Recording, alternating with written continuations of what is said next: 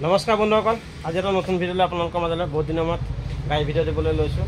আৰু BS6 Tata AC petrol এখন আহিছিলে আৰু মবিল চেঞ্জ কৰা হ'ল। তাৰপিছত জ্বলি আছে চেক ইঞ্জিন কিহৰ কাৰণে জ্বলিছে চাম। তাৰ কাৰণে কিবা অসুবিধা আছে নেকি সেইটো আপোনালোকৰ আগত ক'ম।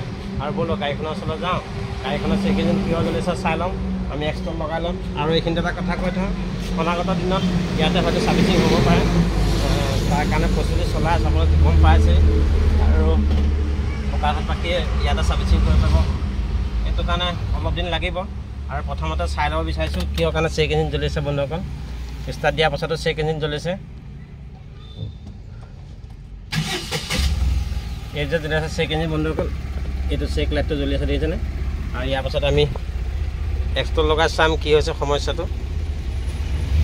গাড়ী মিছ কৰা নাই, সম্পূৰ্ণ ঠিকেই আছে, কোনো মিছ কৰা নাই, সম্পূৰ্ণ ঠিকেই আছে। খালি কিহৰ কাৰণে ওলাইছে সেইটো চাব বিচাৰিছে বন্ধুসকল।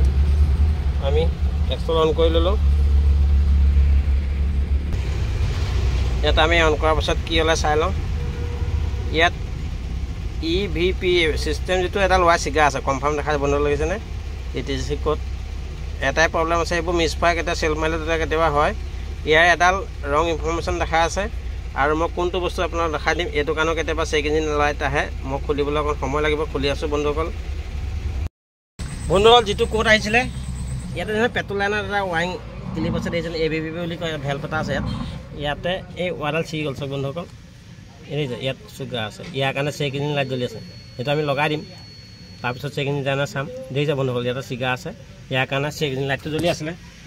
আৰু ইয়াৰ পাছত জ্বলাম, লগাই লওঁ, তাৰপিছত আপোনালোকক দেখাম চেক ইঞ্জিন যায় নে নাযায় ক্লিয়াৰ কৰাৰ পাছত।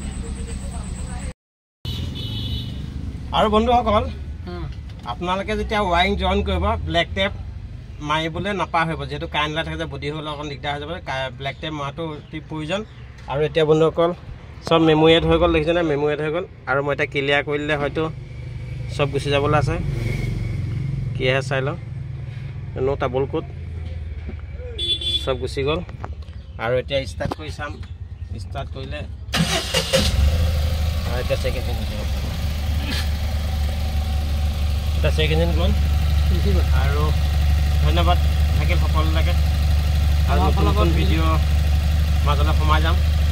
ন উদ্যমে সকলোকে ধন্যবাদ জ্ঞাপন কৰিলোঁ। জয় অসম।